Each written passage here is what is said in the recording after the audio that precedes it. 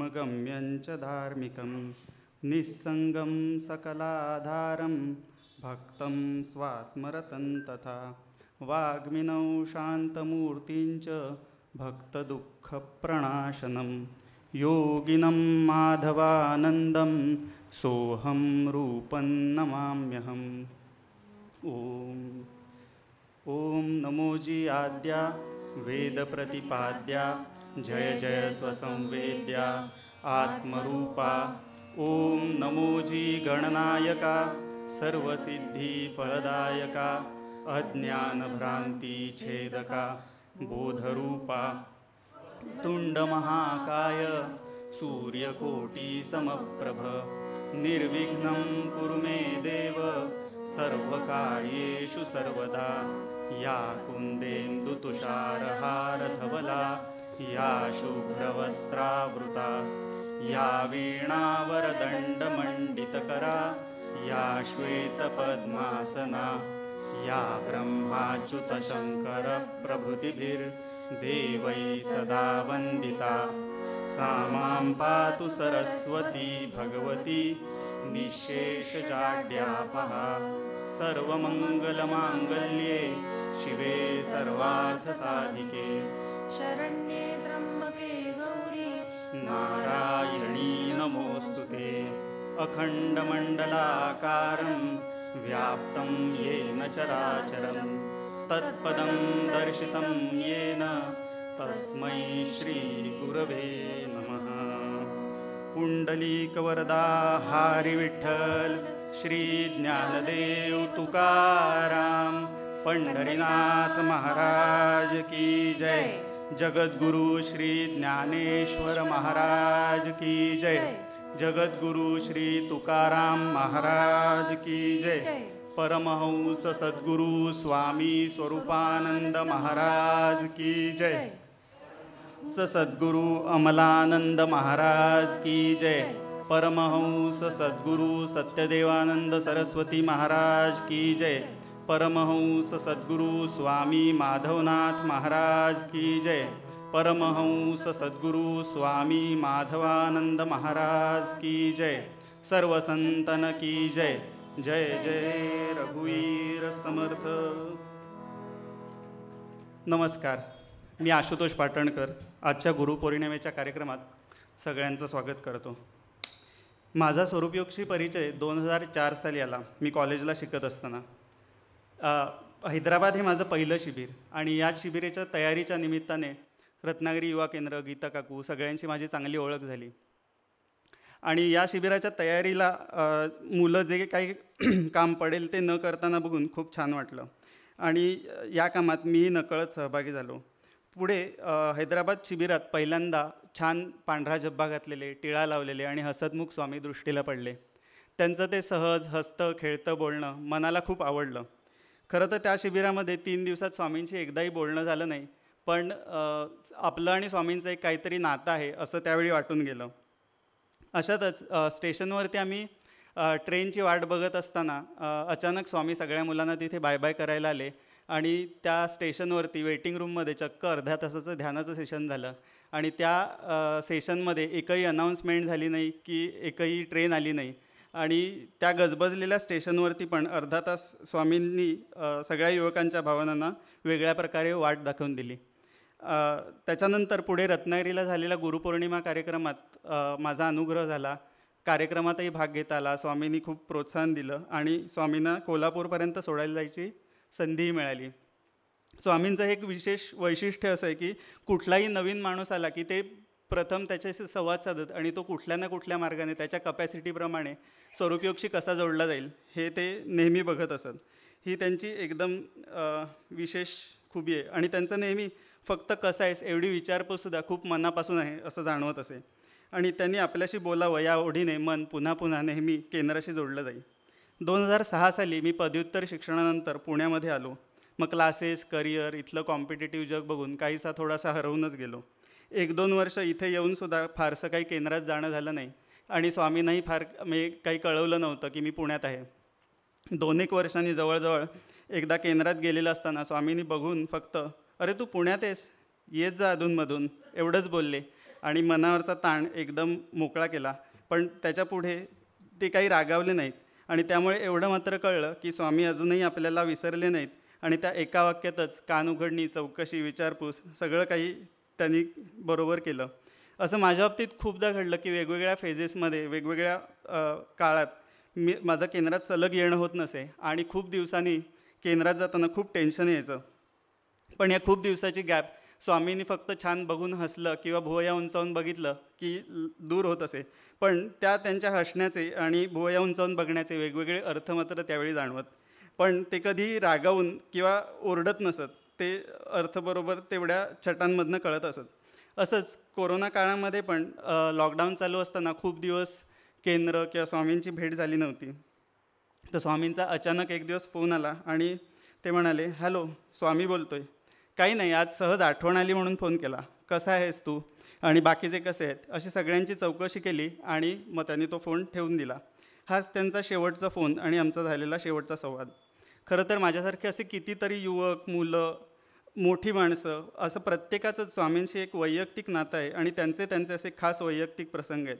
त्यामुळेच ते नेहमी सगळ्यांचे स्वामी असले तरी प्रत्येकाला माझे स्वामीच वाटतात. परवा एक गंमत बघितली. आमच्या तिथल्या गल्लीमध्ये रस्त्यावरून खूप शेळ्या मेंढ्या जात होत्या आणि ती गल्ली पूर्ण ब्लॉक होती आणि त्या रस्त्यामध्ये काही काही फांद्या वाकलेल्या होत्या आणि बाजूने गवत उगवलं होतं. तर त्या कळपातल्या काही काही मेंढ्या मागे राहून ते गवत खात होत्या आणि त्याच्यातच रमत होत्या आणि मागून तो मेंढपाळ येऊन त्यांना बरोबर मेन कळपात नेऊन सोडत होता. माझं पण काहीसं थोडंसं असंच होतं. कधी कधी रस्ता चुकतो, पण आपला मेंढपाळ खूप स्ट्रॉंग आहे. तो आपली शेवटची मेंढी जोपर्यंत घरी जात नाही तोपर्यंत काही सोडणार नाही आणि आपल्याला सर्वांना आपलं घर काय ते माहितीच आहे आणि आपली वाटचाल या स्वगृहापर्यंत निमित्त स्वगृहापर्यंत होवो हीच गुरुचरणी मी प्रार्थना करतो. आणि त्यानिमित्ताने स्वामींशी विषयी थोडंसं बोलण्याची संधी मिळाली, मनोगत व्यक्त करण्याची संधी मिळाली, त्याबद्दल सर्वांचे धन्यवाद मानतो. आता आपण पुढच्या कार्यक्रमाकडे वळूया. आता याच्यानंतर गुरुपरंपरा स्वरदा आपल्याला सांगणार आहे. आपण सगळ्यांनी मागोमाग तिच्या म्हणायचे.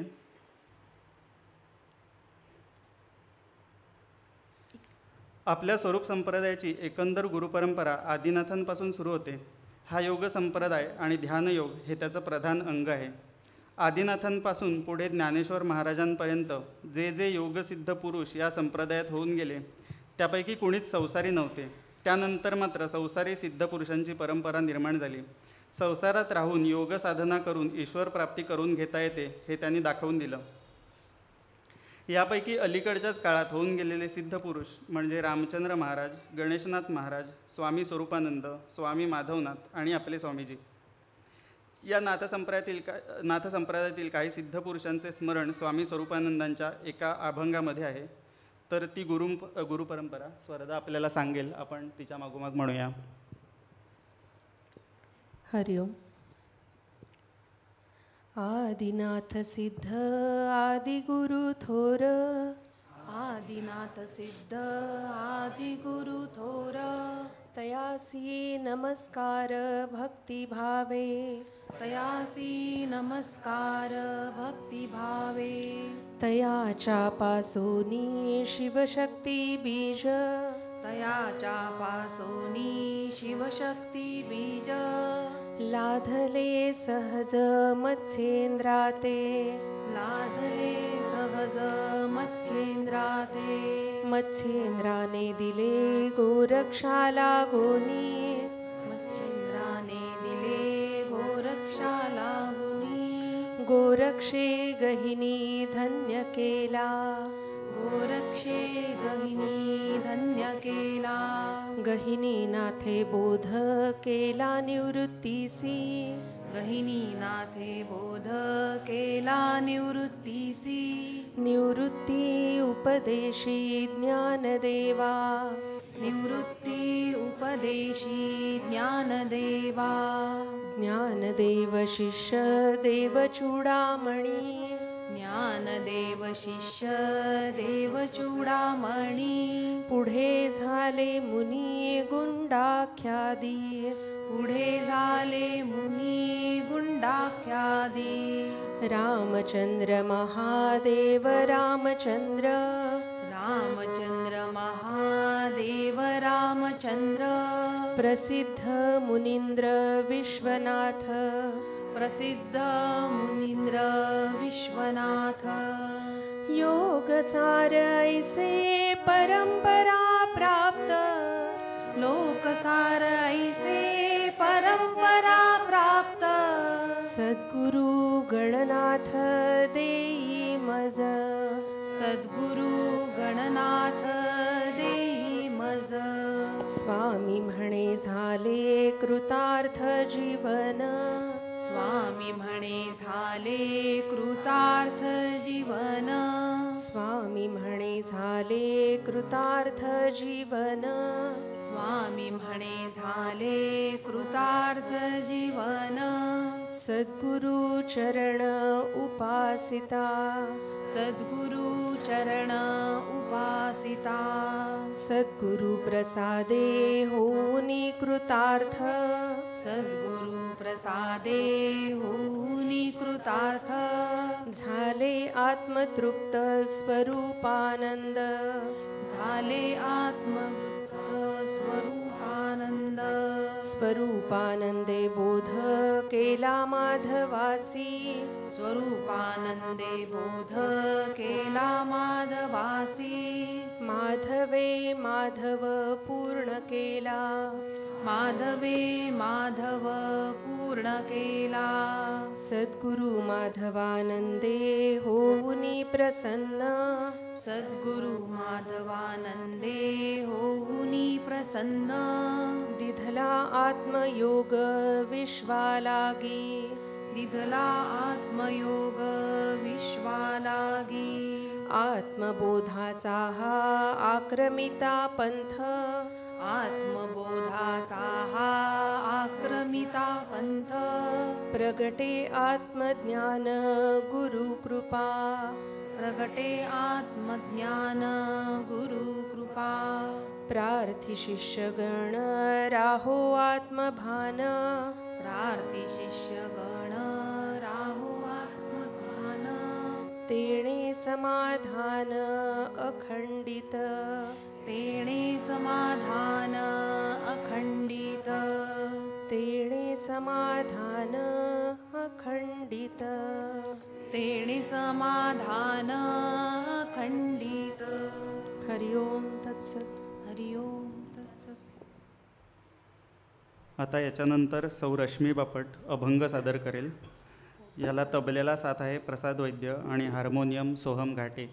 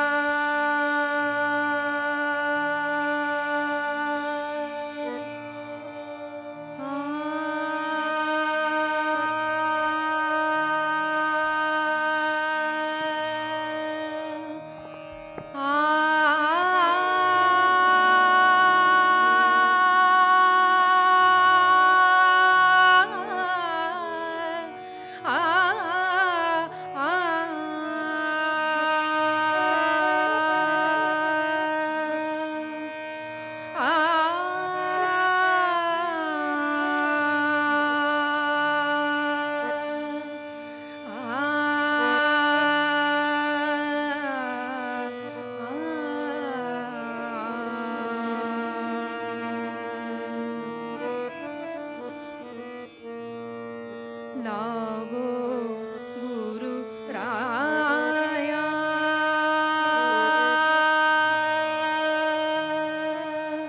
गुरु राया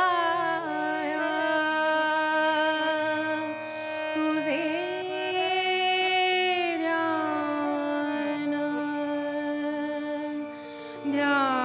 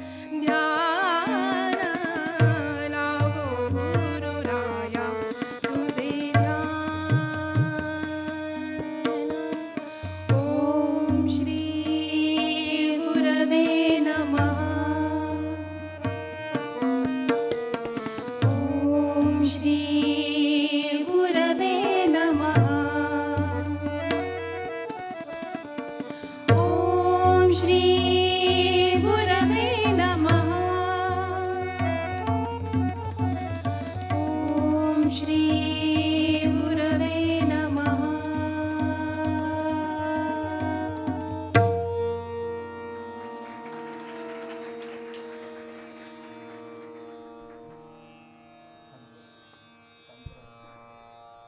आता याच्यानंतर डॉक्टर गजानन नाटेकर साधक संवाद साधतील, तर त्यांना मी स्टेजवर.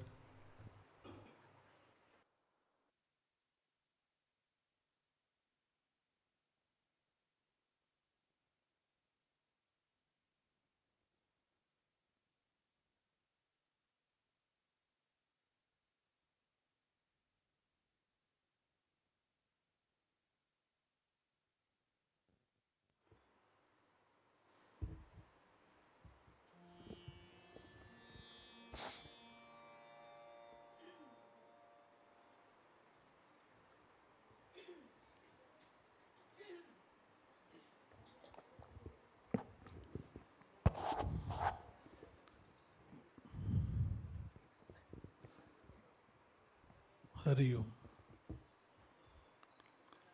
अखंडमंडलाकारं व्याप्तं येन चराचरं तत्पदं दर्शितं येन तस्मै श्रीगुरवे नमः. ओम. स्वामी म्हणे झाले कृतार्थ जीवन, सद्गुरुचरण उपासिता.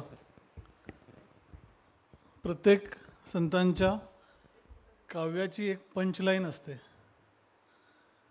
तसं गुरुपरंपरा आदिनाथांपासून सुरू झाली, ती आपल्यापर्यंत आली, स्वामींपर्यंत आली. ते मांडत असताना या एकूण गुरुपरंपरेची जी पंचलाईन आहे ती ही आहे की स्वामी म्हणे झाले कृतार्थ जीवन, सद्गुरुचरण उपासित. साधक संवाद साधायचा आहे असं आशुतोष म्हणाला. एकादशीच्या घरी शिवरात्र असा एक मराठीमध्ये म्हण आहे, म्हणजे दोन्ही ठिकाणी खायला मिळत नाही. तसं आज झालेलं नसून आषाढी एकादशीच्या दिवशी आज गुरुपौर्णिमा आहे. एकादश म्हणजे 10 इंद्रिय आणि 11वं मन हे संयमित करून राहायचं, त्याला उपास असं म्हटलेलं आहे. ते जमलं तर जमलं, पण उपासाची लिस्ट फॉलो करायची. कालच मला एक व्हॉट्सॲपवर म्हणजे ऑनलाईन मागवण्याची खरी एक तोटे आहेत त्याचा हा आहे की ते लोक आपला मोबाईल त्यांच्या हॉटेलच्या लिस्टमध्ये रजिस्टर करतात. तसं पुण्यातल्या काही हॉटेल्समध्ये माझा नंबर रजिस्टर आहे. तर त्यांनी आजचा मेनू पाठवलेला आहे एकादशीचा. म्हणजे असं करता येऊ शकेल, अशा प्रकारे एकादशी करता येऊ शकेल हे ज्यांनी कोणी एकादशीच्या उपवासाला सुरुवात केली त्याला वाटलं पण नसेल हे असं होईल. पण या सर्व माध्यमातून सर्व इंद्रिय संयमित करून, खरं तर ते रोज करण्याची आवश्यकता आहे, पण रोज करायला आम्हाला आवडत नाही. जसं अभ्यास आम्ही लहानपणापासून परीक्षेच्या आधीच 15 दिवस सुरू करायचो, तसंच रोज संयमित जीवन राहायची माणसाला इच्छा नसते, आवड नसते तितकी. म्हणून निमित्त निर्माण करून करून त्या निमित्ताने हळूहळू उपासनेचं वळण अंतःकरणाला लावणं. ह्याच्यामधून ही एकादशी, आषाढी एकादशी विठ्ठलाचं स्मरण आहे. आणि त्याच्याबरोबर हळूहळू उपासाच्या निमित्ताने सर्व इंद्रियांचा आहार कंट्रोल करणं. आहार याचा अर्थ केवळ खाणं कमी करणं हा तर एक भाग आहे. गोंदवलेकर महाराजांकडे एक व्यक्ती आली होती आणि ते संयमित आहार वगैरे करत असत, पण त्यांना काहीतरी असं मनात आलं की आपण काहीतरी व्रत करावं, म्हणून मग त्यांनी उपास करायला सुरुवात केली. आणि मग सुरुवात केल्यानंतर महाराजांकडे गेले आणि असं उपास सुरू केला आहे तर काय करू. तर ते म्हटले की उपासाच्या दिवशी नामस्मरण नेहमीसारखं होतं का जास्ती होतं. ते म्हटले उलट कमी होतं भुकेमुळे. मग उपाशी राहून भूक करून नामस्मरण कमी करण्यापेक्षा नेहमी खाता तेवढं खा आणि नामस्मरण जास्ती करायचा प्रयत्न कर. या सगळ्यातून साधायचं हे आहे की उपवास याचा अर्थ अंतःकरण ईश्वराभिमुख करून ठेवणं. त्या निमित्ताने त्या दृष्टीने एकादशी साजरी करावी आणि त्या एकादशी साजरी करता करता पूर्णत्व प्राप्त व्हावं. एकादशी हे नैमित्तिक न राहता रोज व्हावी थोडी थोडी.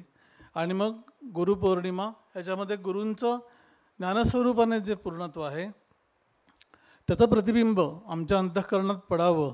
त्यांना गुरूंना पाहिल्या किंवा संतांना पाहिल्या मनात येणारा प्रतिक्रिया जी आहे ती प्रसन्नता, बरं वाटतं. संतांकडे मजा असते असं रामकृष्ण म्हणत असत. एक जण आले होते रामकृष्णांकडे आणि ते अनेक ठिकाणी जात असत. तर त्यावेळेला एक विद्वान व्यक्ती कलकत्त्यामध्ये प्रवचन करत होते. अचलानंद तीर्थावधूत असं त्यांचं नाव होतं. तर मग ते कसे आहेत असं रामकृष्णांनी त्यांना विचारल्यानंतर, ते खूप विद्वान आहेत, खूप चांगली प्रवचनं करतात, मग ते चांगले की मी चांगला असं रामकृष्णांनी विचारल्यावर ते म्हटले की त्यांची तुमच्याशी काही तुलना होऊ शकेल का, ते केवढे विद्वान आहेत. असं म्हटल्यानंतर रामकृष्ण बालक स्वभाव होता, बालक बुद्धी नाही, बालक स्वभावाचे होते. तर शांत बसले आणि त्याच्यावर थोड्या वेळाने ती व्यक्तीच म्हणाली की असं असलं तरी तुमच्याजवळ मजा आहे.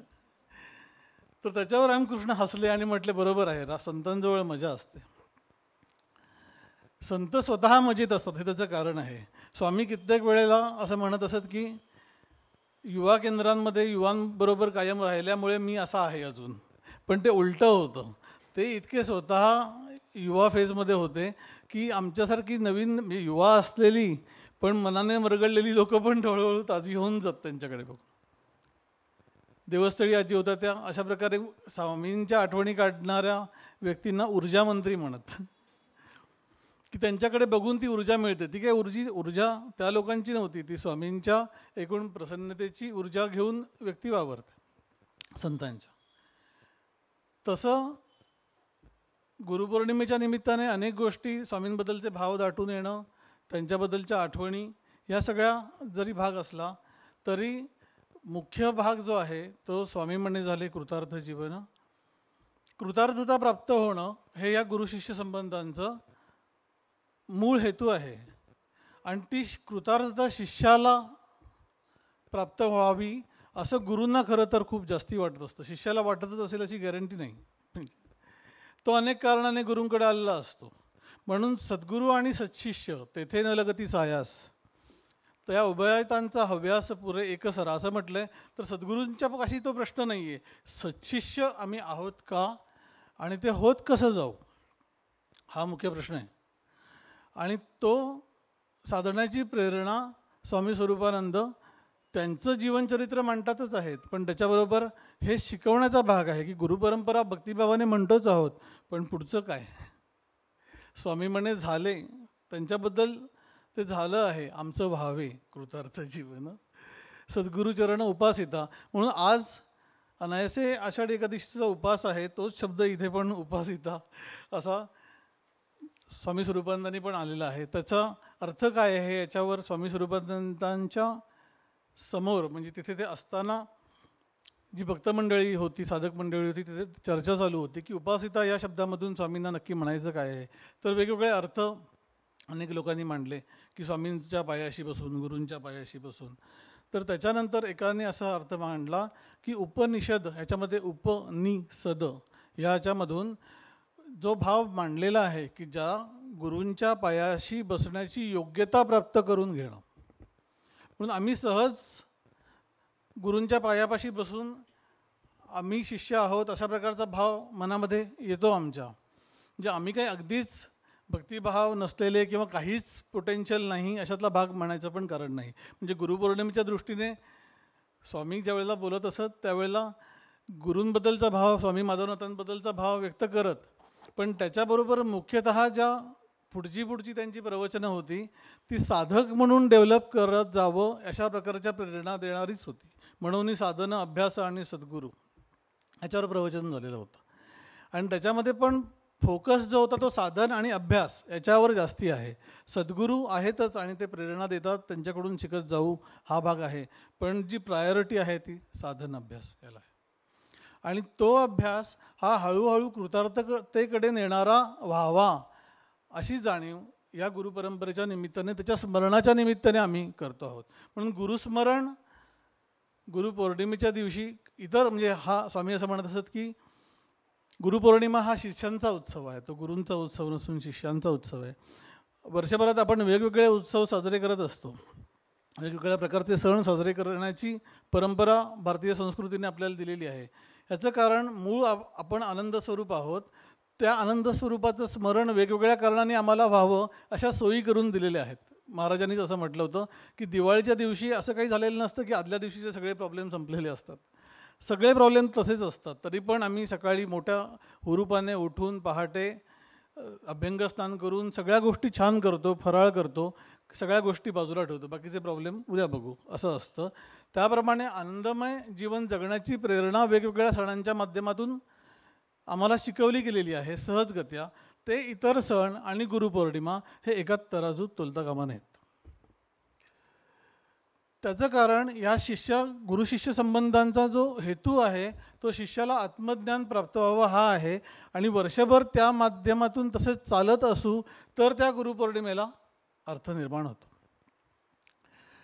दरवेळेला गुरूंचं स्मरण हे जे आहे भावनिक अंगाने होत राहतं. म्हणजे तुम्ही नाही म्हटलं तरी भावना ही अशी गोष्ट आहे किंवा गुरूंचा स्पर्श ज्यांना लाभलेला आहे, स्पर्शाचा अर्थ प्रत्येक वेळेला शारीरिक स्पर्शाचा भाग नाही, पण त्यांची नजरसुद्धा ज्यांच्यावर एकदा पडलेली आहे विसरू शकत नाही अशा प्रकारचा तो भाग. स्वामी स्वरूपानंदांनी ज्या वेळेला स्वामी गणेशनाथांकडून अनुग्रह झाला त्यावेळेला लगेच समाधी अवस्था प्राप्त व्हावी अशी त्यांची इच्छा होती आणि तसा समज होता थोडासा, पण तसं झालं नाही. असं म्हटल्यानंतर गणेशनाथ महाराज असं म्हणाले की विरजण लावलेलं आहे. अनुग्रह हे विरजणासारखं आहे हे त्याच्यातून त्यांना सांगायचं आहे. अनुग्रह झाला म्हणजे आता झालं, आता everything will be taken care of. मी जिथे एका ठिकाणी जॉबला होतो तर ते जे व्यक्ती होती तर ती मी देव मानणारी होती, पण तितपतच म्हणजे सगळं सिक्युरिटी राहावी, आपलं उद्योगधंदा नीट चालावा म्हणूनच होतं. आणि नवीन फॅक्टरीचं बांधकाम केल्यानंतर ते अपूर्वच असं झालं सरकारकडून की त्याचा दरवाजा उत्तरेकडे आला, दक्षिणेकडे आला. आणि मग दक्षिण दिशा ही अशुभ वगैरे म्हटल्यानंतर तिथे एक पंचमुखी मारुतीचं हे लावलं. म्हटलं हे कोणाला डिसीव्ह करताय तुमच्या मनात जी इन्सिक्युरिटी आहे, आता आमचं काही बोंबलच उद्या जाऊन तर Panchmukhi Maruti should take care of this. अशा प्रकारचा भाव हा गुरूंबाबत अनुग्रह झाल्यानंतर येऊ शकतो. बऱ्याच अंशी तो असतो की आमच्या अडचणी आणि ह्या सगळ्या गोष्टी जरी किती आम्हाला शुद्ध परमार्थ कळला वगैरे आम्ही जरी म्हणत असतो, तो कळला आहे तद्बाबतीत प्रश्न नाही आहे, वळला आहे का हा प्रश्न आहे.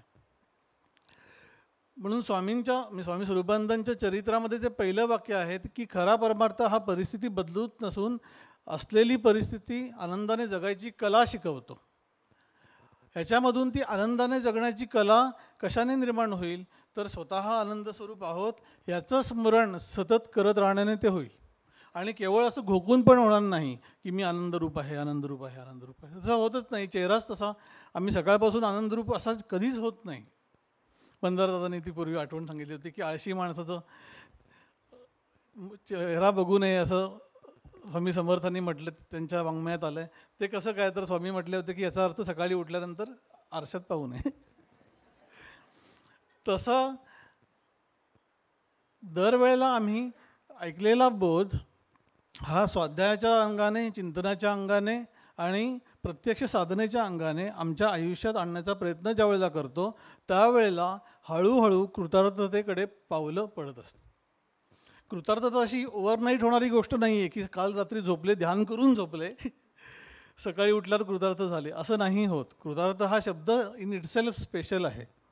आणि असं छातीटोकपणे म्हणणं हा शब्द स्वामी स्वरूपानंदांच्या पर्सनॅलिटीला सूट होणारा नाही आहे छातीटोकपणे. पण निश्चयात्मक रीतीने बोलणं ह्याच्यामध्ये ती व्यक्ती परिपूर्णतेला गेल्यानंतरच एखादी व्यक्ती म्हणू शकते की कृतार्थ जीवन झालं.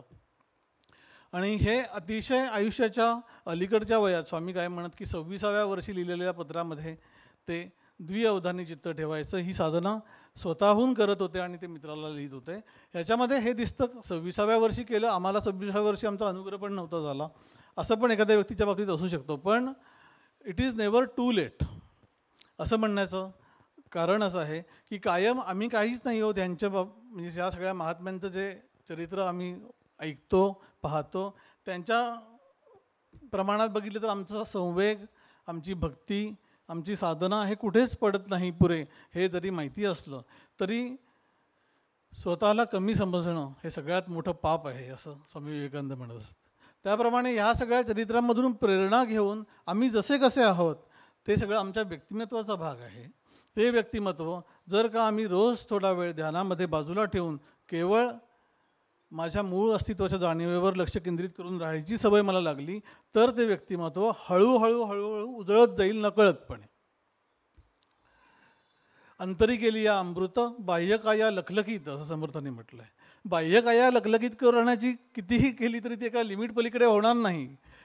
सगळं ते बाहेर आज पर्सनॅलिटी डेव्हलपमेंट म्हणून चाललेलं आहे ते बाह्यकाया लखलखीत करण्याचाच प्रकार चाललेला आहे. अंतरी अमृत प्राशन करण्यासाठी थोडंसं आधी देवांना पण अमृत मिळण्यासाठी समुद्र मंथन करावं लागलं देव असूनसुद्धा. तर आम्हाला आमच्या आतमधलं अमृतत्व पाहिजे असेल तर आमच्या मनबुद्धीच्या साह्याने आमच्या अंतरंगाचं मंथन करावं लागेल तर अमृत प्राप्त होईल. ते आहे आतमध्ये, कुठून तरी आणून सोडण्याची गोष्ट नाही आहे, मुळातच आहे. पण ते अनुभवाला आलं तर सगळं खरं आहे. रामकृष्ण जसे म्हणत असत की कोणीतरी दूध फक्त पाहिलं आहे, कोणी दुधाविषयी ऐकलं आहे, कोणीतरी दूध चाखलं आहे आणि एखादाच असा असतो की जो दूध पचवून दष्टपुष्ट झालेला आहे. संत म्हणजे अशा व्यक्ती आहेत की ज्यांनी ते पचवून ज्ञानस्वरूप होऊन गेले आहेत. पण आम्ही किमान पाहिलं आहे स्वामींच्या स्वरूपाने. आम्ही किमान त्यांच्या बोलण्यातून, त्यांच्या वाङ्मयात एकूण अभ्यासामधून, आम्ही केलेल्या स्वाध्यायामधून दरवेळेला गुरुपौर्णिमा असं म्हटल्यानंतर स्वामींकडून फटके खायची एक सवय होतीच की गुरुपौर्णिमेला काय केलं ह्याच्यापेक्षा काय नाही केलं ह्याचीच यादी मोठी समोर आठवायची. मी स्वामी असं म्हणत असत की गृहपाठ न केलेली मुलं जशी चेहरा चोरत चोरत वर्गात फिरतात तसं बराच काळ खूप लोक आपल्यापैकी स्वामींपुढे आपण फिरलेलो आहोत. प्रश्न नाही आहे, पण अजूनही one has to be a life long student in a God's university असं जे गुरुदेवांचं वाक्य स्वामी कायम उद्धृत करत. याचा अर्थ हे आहे की आजपर्यंत बीत गया सब बीत गया असं म्हणून हळूहळू साधनेची पावलं कृतार्थतेकडे नेणारी म्हणून समजून उमजून टाकणं ही आमची जबाबदारी आहे साधक म्हणून. स्वामींचं कार्य स्वामींनी देह ठेवल्यानंतर कसं होईल, कसं जाईल ते स्वामी बघून घेतील. आमच्यावर जे स्वामींनी कार्य केलं की आम्ही जसं आशुतोष म्हटला की रेंगाळलेली मेंढ्यामध्येच आहोत आपण सगळे.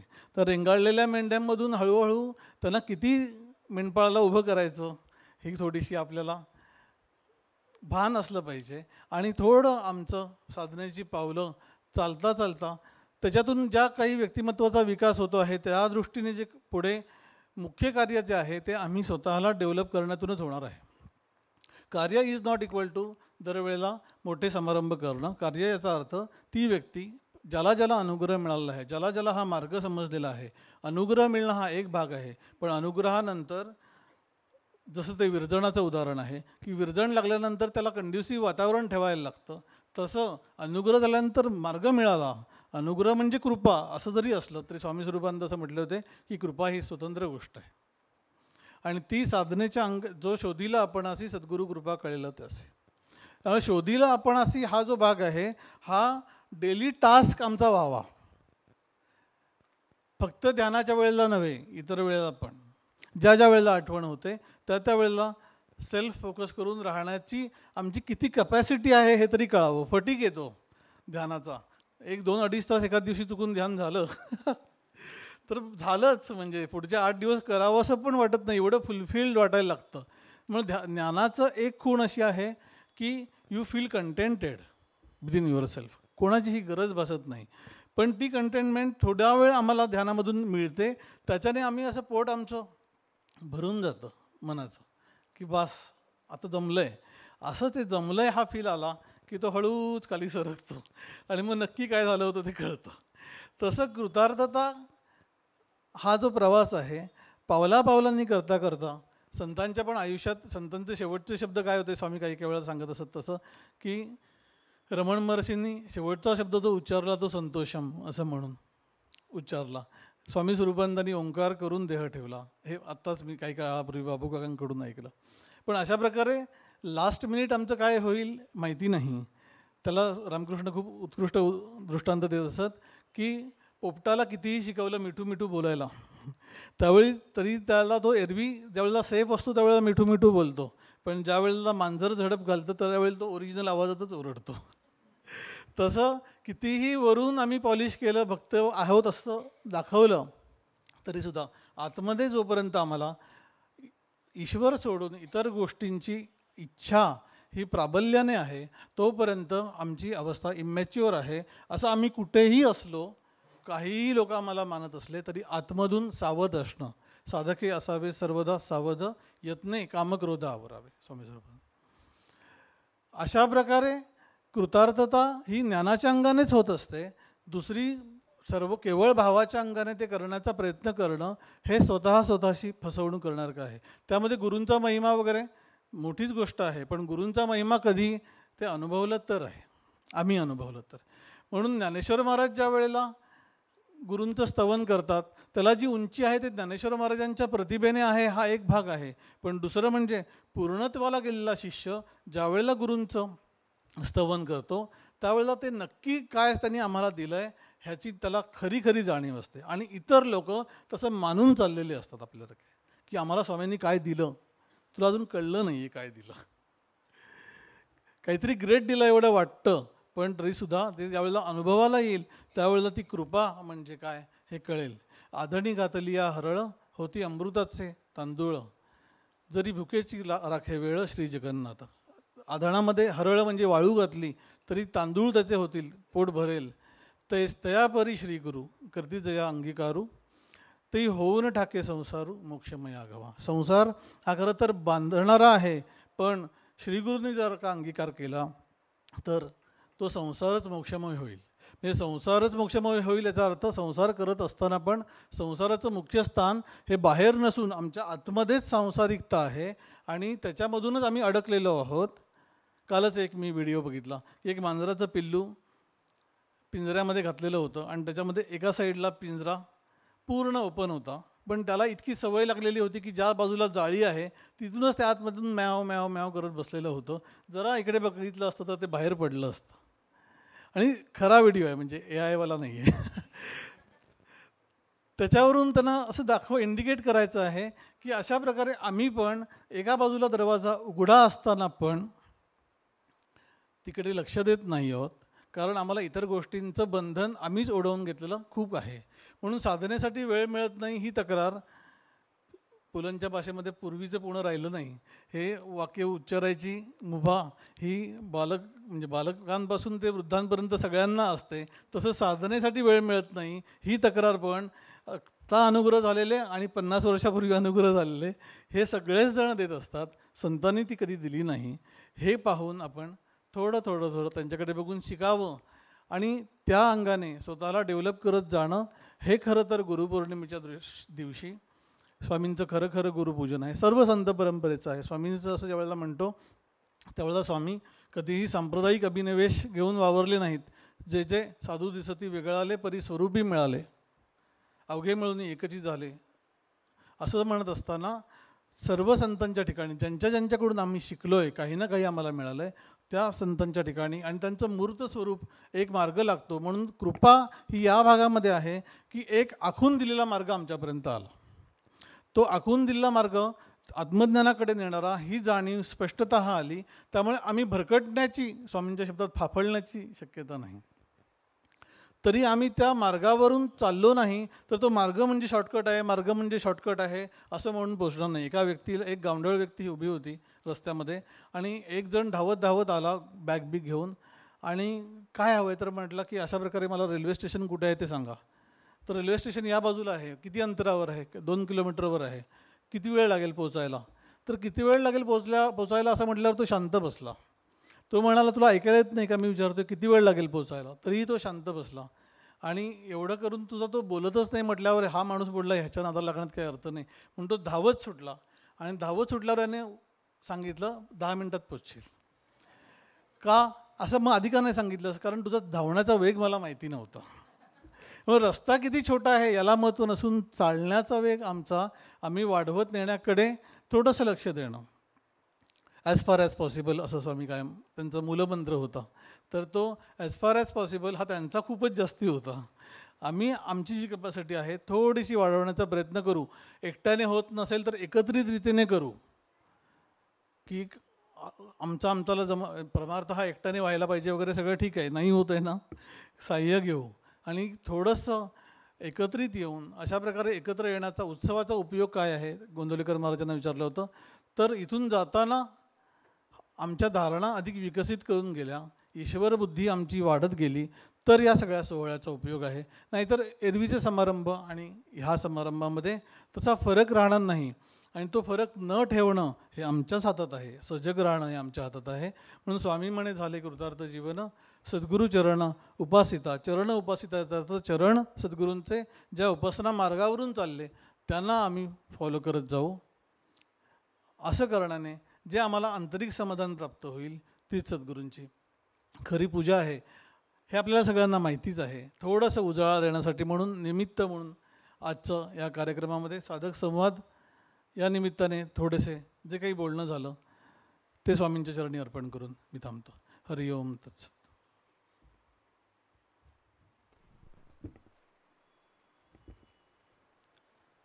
आता याच्यानंतर मंदारदादा सर्वांचे साधक संवाद साधतील.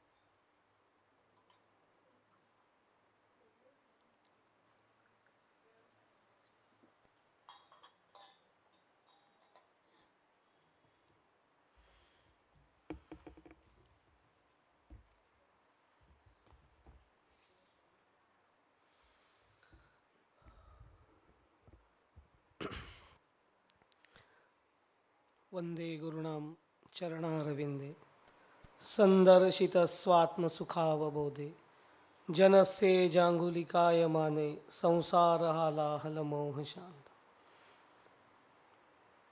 श्रीराम. तैसा हृदयामध्ये मी रामू असता सर्व सुखाचा कामू आरामू की भ्रांतीसी कामू विषयावरी. जसं आत्ता गजानन दादांनी गुरुपरंपरेच्या आधाराने कृतार्थ झाले जीवन ही भूमिका मांडली. गुरुपरंपरेमध्ये आपण वारसा आपल्याला मिळालेला आहे तो इतका सहजगत्या मिळालेला आहे. म्हणजे काही वेळेला असं अनुभवाला येतं की लोक असे पटापट सांगतात की माझा अमुक दिवशी अनुग्रह झाला, अमुक दिवशी अनुग्रह झाला. तर आज इतक्या ठिकाणी गेल्यानंतर लक्षात येतं की आपल्यासाठी स्वामींनी परमार्थ खूप इझी करून दिला. रादर तो तितका इझी नाही आहे प्रत्येक ठिकाणी. त्यामुळे आपल्याला काही वेळेला असं होतं की काय आपल्याला नक्की मिळालं आहे वारसानी तेच लक्षात येत नाही. आपण आपलं सांभाळत असतो पण काय सांभाळतोय ते पण माहिती नसतं. दिले ते फक्त कॅरी फॉरवर्ड करत असतो. म्हणजे स्वामींनी सगळ्या सद्गुरूंनी ही परंपरा आहे सद्गुरूंची, त्यांनी आपल्यापर्यंत नक्की काय आणून दिलेलं आहे, आपल्याला काय त्यांनी वारसा दिलाय आणि आपण काय पुढे करायचं आहे. म्हणजे त्यांना कधीच काही अपेक्षा नव्हती की आपण हेच केलं पाहिजे.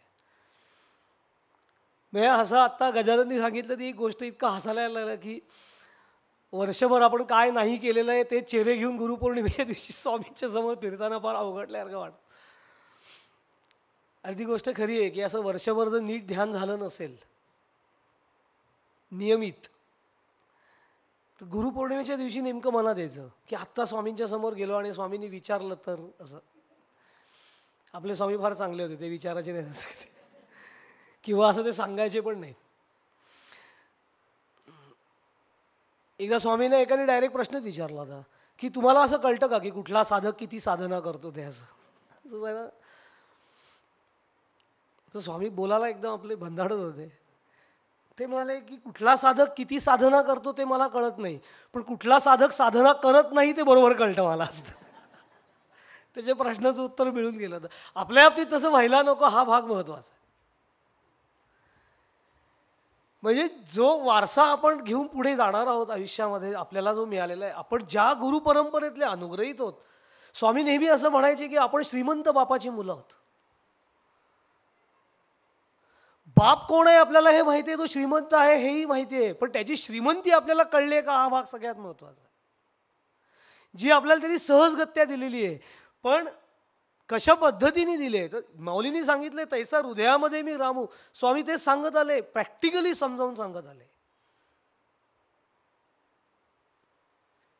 त्यांचा एक आवडता शब्द होता स्वामींचा, बिझी शेड्यूल असं ते म्हणायचे, की सगळे इतके बिझी असतात की त्यांना स्वतःसाठीच वेळ नसतो. असे इतके बिझी असतात लोक.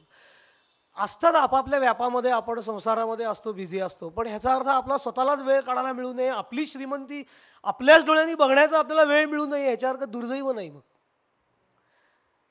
जे सहज सद्गुरूंनी आपल्याला दिलंय, मी तुम्हाला सांगतो इतक्या सहजतेने परमार्थ फारसा लोकांपर्यंत प्रस्तुत केला जात नाही आजही.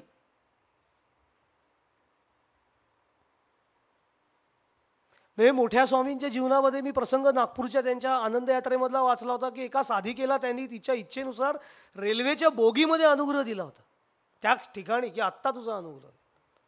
तिची इच्छा होती, त्या काही गोष्टी जमल्या नाहीत, आत्ता देतो मला अनुग्रह, आणि रेल्वेच्या बोगीत बसून तिथे अनुग्रह दिला.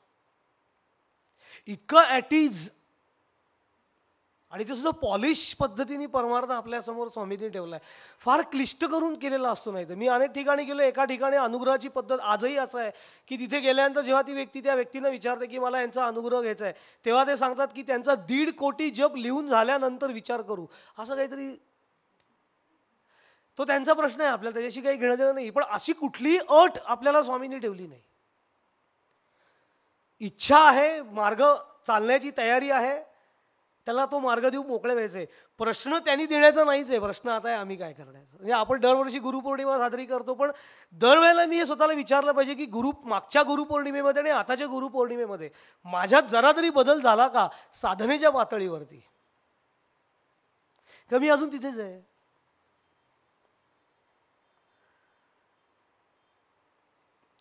ज्ञानेश्वर महाराजांच्या 9व्या अध्यायातली ही ओवी आहे, तैसा हृदयामध्ये मी रामू, असता सर्व सुखाचा आरामू की भ्रांतीसी कामू विषयांवरी. ते माऊली आहेत म्हणून अशा शब्दामध्ये बोलतात. समर्थांचे शब्द भंडारच असतात, म्हणजे ते वर्णन करतात. वरती करुनी दाताळी श्वानपुत्रे हाडे सगळी, तैसा विषयी तळमळी विषय सुखा कारणे. गोंदवलेकर महाराजांनी त्याचं एक्सप्लेनेशन दिलं होतं की कुत्रा हाड चघळत बसलेला असतो, आणि ते इतकं तो आवडीने चघळत बसतो की त्याच्या हिरड्यातलं रक्त त्याच्याच जिभेला लागत असतं. त्याला वाटत असतं की मी जे हाड चघळतोय त्यातनं मला ते आनंद मिळतोय. आपल्या बाबतीत तसं होत नाही ना, हे आपण एकदा स्वतःला विचारलं पाहिजे. म्हणजे सगळं माझ्याकडे आहे, मग सद्गुरूंचा अनुग्रह आहे, मी साधना करतो आहे असं मी म्हणत असतो, कृतीने आम्ही करत असतो नक्की, पण ते काही वेळेला असं होतं की करायचं म्हणून पण केलं, कारण का स्वामींनी सांगितलेलं आहे.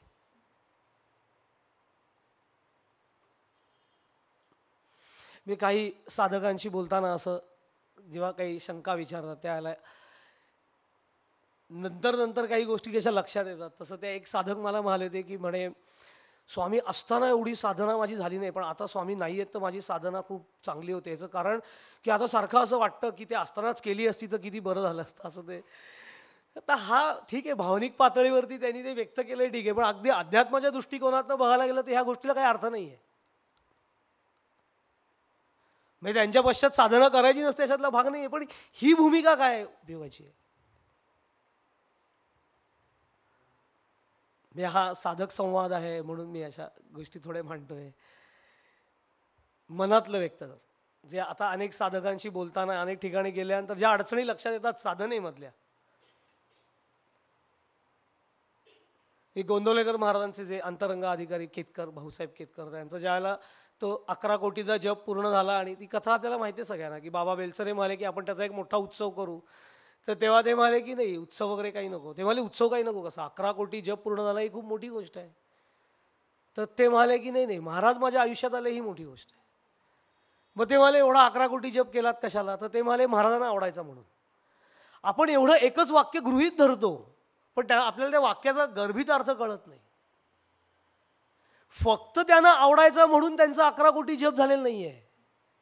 हा त्यांचा शरणागत भाव आहे की माझ्याकडनं जो घडला तो त्यांना आवडायचा म्हणून माझ्याकडनं केला गेला. पण शिष्य आणि गुरु यांची आवड जेव्हा एकसारखी होते तेव्हा हे शक्य होतं. म्हणजे माझ्या गुरूंची जी आवड आहे ती जेव्हा माझी निवड होते त्याच वेळेला हे शक्य आहे. नाही तर माझी जी निवड आहे ती गुरूंची आवड असावी असा माझा हेका असतो काही वेळेला. तसं असता कामा नाही. भाऊसाहेब महाराजांचं उदाहरण उच्चच आहे, प्रश्नच नाही की त्यांनी तो सरळ भाव सांगितला की महाराजांना आवडायचं म्हणून मी साधना केली, पण महाराजांना जी आवडायची ती माझ्या आवडीची आहे म्हणून ती माझ्याकडनं घडली, हा त्यांचा भाव होता. त्यामुळे आम्ही सुद्धा साधना करतो ती केवळ स्वामींनी सांगितले म्हणून नाही, त्यांनी सांगितले म्हणून नाही. कारण आपण साधना केल्यामुळे सद्गुरूंना काय ते कुठच्या आपल्या साधनेने ते कुठे जात नसतात, ते गेलेले असतात तिथे. त्यांना ती तळमळ आहे की ज्या आनंदामध्ये मी आहे, ज्या भूमिकेत मी आहे, ज्या मुक्तीच्या अवस्थेमध्ये मी आनंद भोगतोय तो माझ्या शिष्याला मिळावा, त्याला मिळावा, त्याच्याकडेही ते सहज शक्य असताना म्हणून त्या तळमळीने ते साधना देत असतात.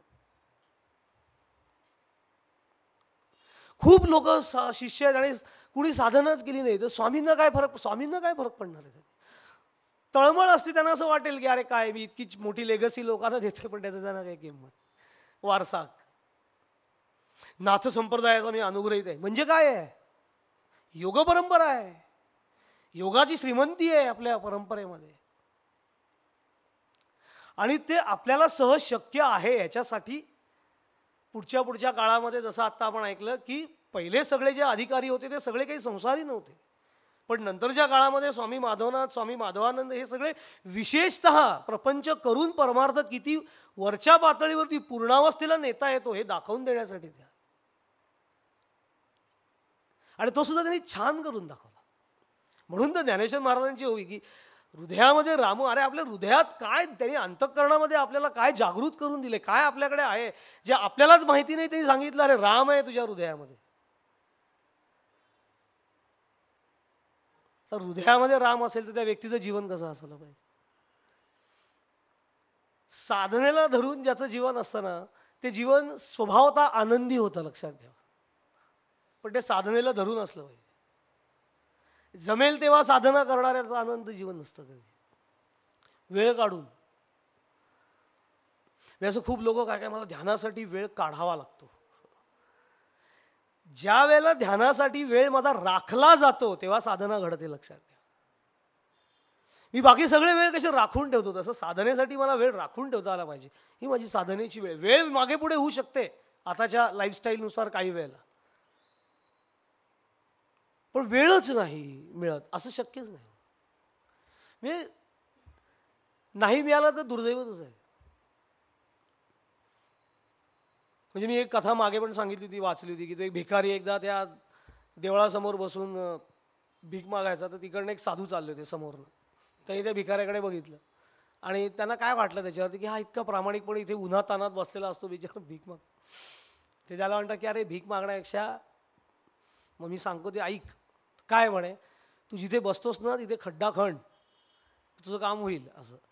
तर त्याला वाटतं ह्या कुठला साधू आहे काहीतरी सांगतो खड्डा खणी, ते मला वेळ आहे का खड्डा खणायला, एवढी गर्दी असते. खड्डा खणण्याच्या नादात 4-5 भीक देणारे लोक निघून जाते म्हणून तो लक्षात येत नाही. नंतर तो मरून जातो एक दिवशी. तो मेल्यानंतर ती जागा एका देवळाची असते, तर आता दुसरा भिकारी येण्यापेक्षा आपण आपली जागा ताब्यात घेऊ म्हणून ते तिथे सगळं ती जागा साफ करतात. त्याच्यानंतर तिथे थोडंसं बांधकाम करायला ते खणतात. तर जिथे तो भिकारी बसलेला असतो तिथे खणल्यानंतर त्यांना खालती तिथे मोहरांचा अंडा मिळतो. ते साधून त्याला सांगितलेलं असतं की जिथे बसल्यास तिथे खालती खणलं असतं तुला तुझं काम होऊन जाईल. तो त्याच्यावरती विश्वास ठेवत नाही, दुर्लक्ष करतो. आम्ही आमच्या साधूकडे दुर्लक्ष जरी केलं नसलं तरी खड्डा नीट खणतो की नाही हा महत्त्वाचा प्रश्न आहे रोज. तर रत्न आपल्या आतमध्येच असतं, ते आतच मिळतं.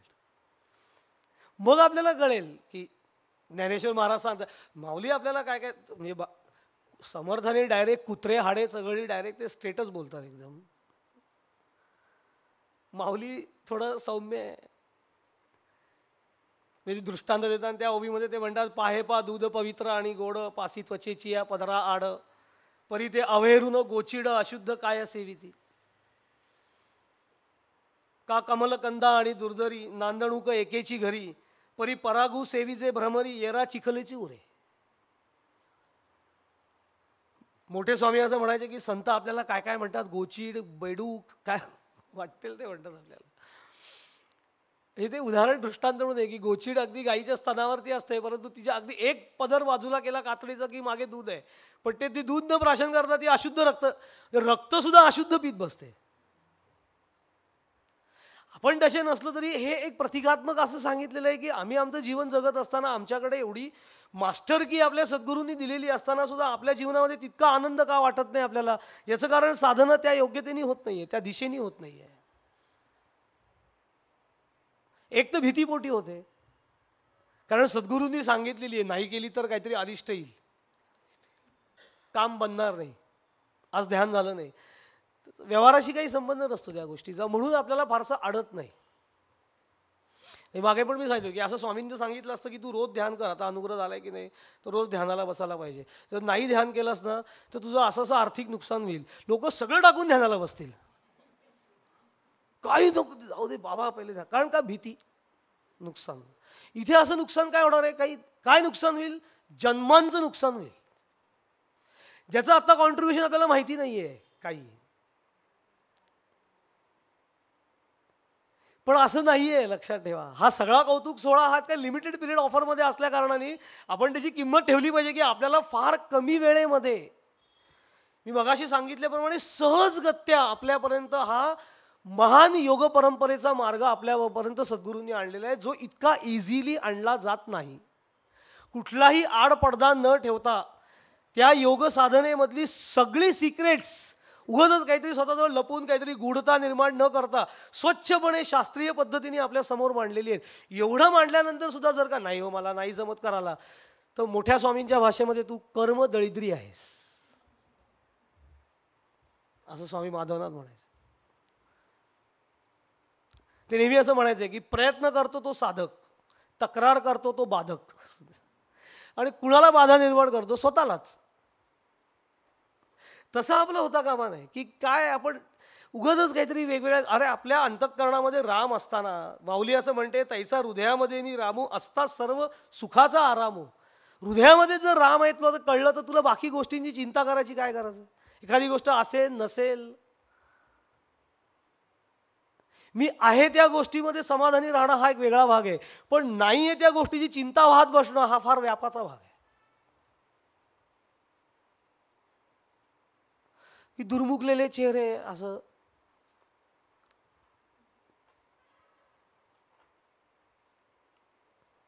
असं स्वामींबरोबर एकदा कल्याणला स्वामी आले होते तेव्हा एका ठिकाणी जायचं होतं. एक व्यक्ती होती आणि त्यांनी खूप आग्रह केला स्वामींना की आमच्या घरी या, आमच्या घरी या. प्रवचनाला यायचे ते, त्यांना ते असं वाटलं की यांना घरी घेऊन जाऊ असं वगैरे. स्वामींना आता घरी जायच्या आधी पटकन मला म्हणाले की म्हणजे तू त्यांच्याकडे जाऊन आलायस का आधी कधी, तर मी म्हटलं नाही मी कधी त्यांच्याकडे गेलोच नाही, ते पहिल्यांदा आलेत कार्यक्रमाला, माहिती नाही मला कोण येते, पण ते येतात रेग्युलर प्रवचनाला तुमच्या, जेव्हा जेव्हा स्वामी यायचे तेव्हा ते यायचे, तर तू एकदा जाऊन ये त्यांच्याकडे असं. म्हणजे आता असं कसं आपण जाणार ना त्यांच्याकडे, स्वामी पटकन म्हणाले की तू जाऊन ये त्यांच्याकडे एकदा. तर आता त्यांना जाऊन सांगणार काय नाही की मी आधी बघायला आलोय तुमचं घर, असं कसं सांगणार त्यांना. मग काहीतरी नाटकात काम करायचं ना, त्याचा काहीतरी ऑफर करायला पाहिजे.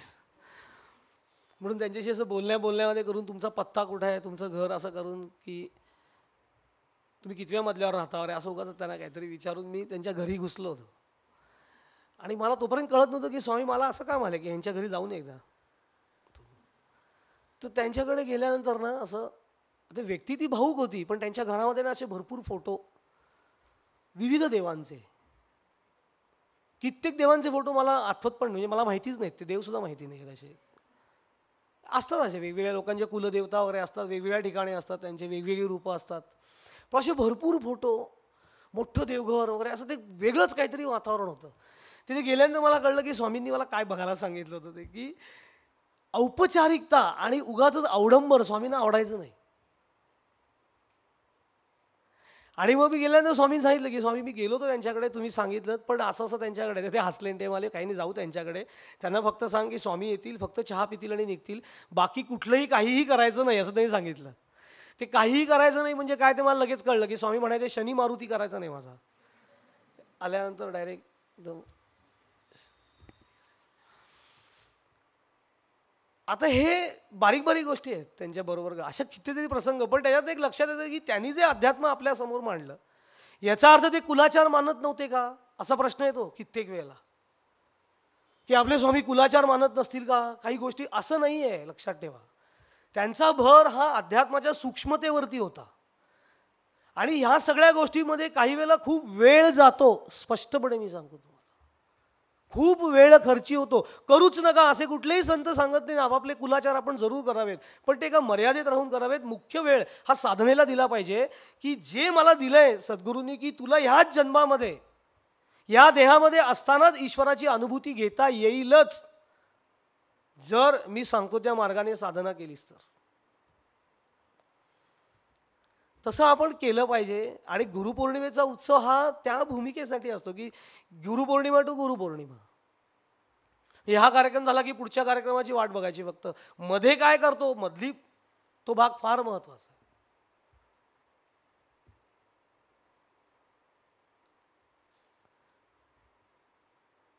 मी स्वामींनी असं नमस्कार करताना विचारलं, काय रे कसं चाललंय, तर कसं चाललंय म्हटलं ती बहुतांशी लोकांचं उत्तर काय असायचं, छान चाललंय, नोकरी वगैरे व्यवस्थित आहे. अरे सद्गुरू ते कधी विचारत नसतात.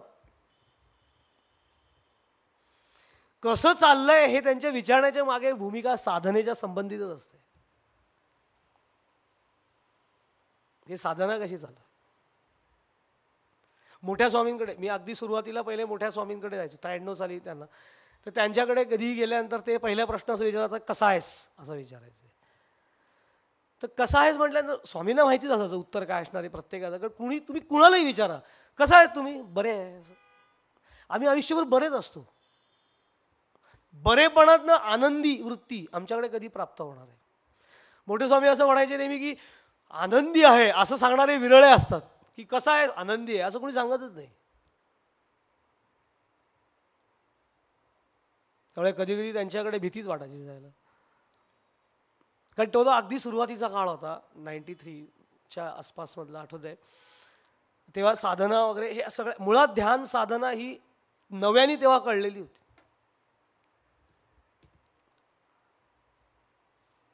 दासबोध सुद्धा पहिल्यांदा आयुष्यात हातात आला तो माया अपार्टमेंटमध्येच गेला. तोपर्यंत दासबोध हातात आलेला नव्हता. तोपर्यंत इंद्रजाल कॉमिक्स होती हातामध्ये. नंतर आवड हा भाग वेगळा आहे. मला मुख्य सांगायचा भाग आजच्या दिवशी असा आहे की आपल्याला एक खूप मोठा वारसा आपल्या सद्गुरूंकडनं मिळालेला आहे. आपण तो नुसतं असं सांगणं की आम्ही नाथसंप्रदायातले अनुग्रहित आहोत त्याने काही, आणि कोणाला सांगण्यासाठी मुळात नाही आहे. मला ते प्राप्त करता आलं पाहिजे. मी ठरवलं पाहिजे की माझ्या सद्गुरूंनी उभं आयुष्य त्यांनी वेचलं केवळ आणि केवळ मला हे समजावं म्हणून, मला हे मिळावं म्हणून. माझी काहीतरी शिष्य म्हणून एक ड्युटी असायला पाहिजे, एक कर्तव्य आहे माझं, की ते प्राप्त होईल का न होईल हा भाग सद्गुरु कृपेचा आहे. जसं शिर्डीचे साईबाबा असं म्हणायचे, ज्याचा गैरअर्थ अनेक लोकांनी काढलेला आहे.